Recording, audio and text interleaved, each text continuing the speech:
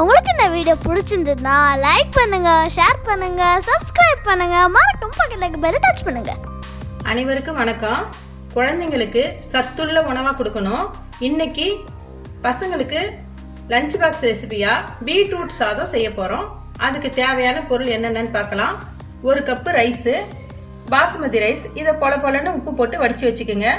1 cup துருவின beetroot, 1/2 cup பொடியா cut பண்ண சின்ன வெங்காயம், 2 பச்சை மிளகாய் பொடியா கட் பண்ணது, 1/2 கப்பு வேர்க்கடலை.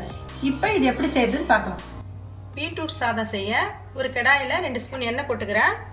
அதுல கொஞ்சமா கடுகு, கொஞ்சமா சீரகம்.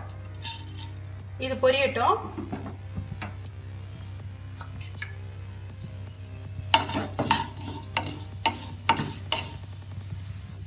கடுகு நல்லா பொரிஞ்சிடுச்சு. இப்போ கொஞ்சோண்டு பெருங்காயம் போட்டுக்குவோம். அதுக்கப்புறம் வெங்காயம், பச்சை மிளகாயும் இதிலே போட்டுக்கலாம். கொஞ்சமாக கருவேப்பிலை. இது கொஞ்சம் நல்லா வதக்கிக்குவோம்.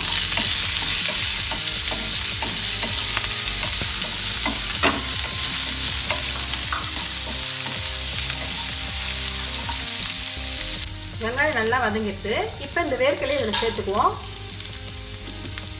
இதையும் போட்டு கொஞ்சம் நல்லா வதக்கிக்கலாம்.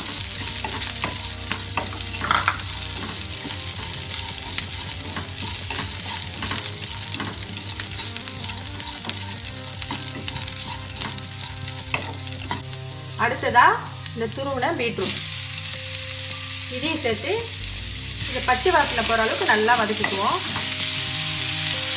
தேவைப்பட்டா கொஞ்சம் எண்ணெய் போட்டுக்குங்க.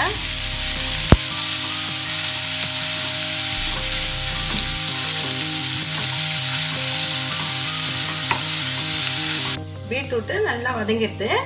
இப்போ தேவையான அளவு உப்பு போட்டுக்கலாம். அது கூடவே இந்த வடிச்ச சாதத்தையும் நம்ம சேர்த்துக்குவோம்.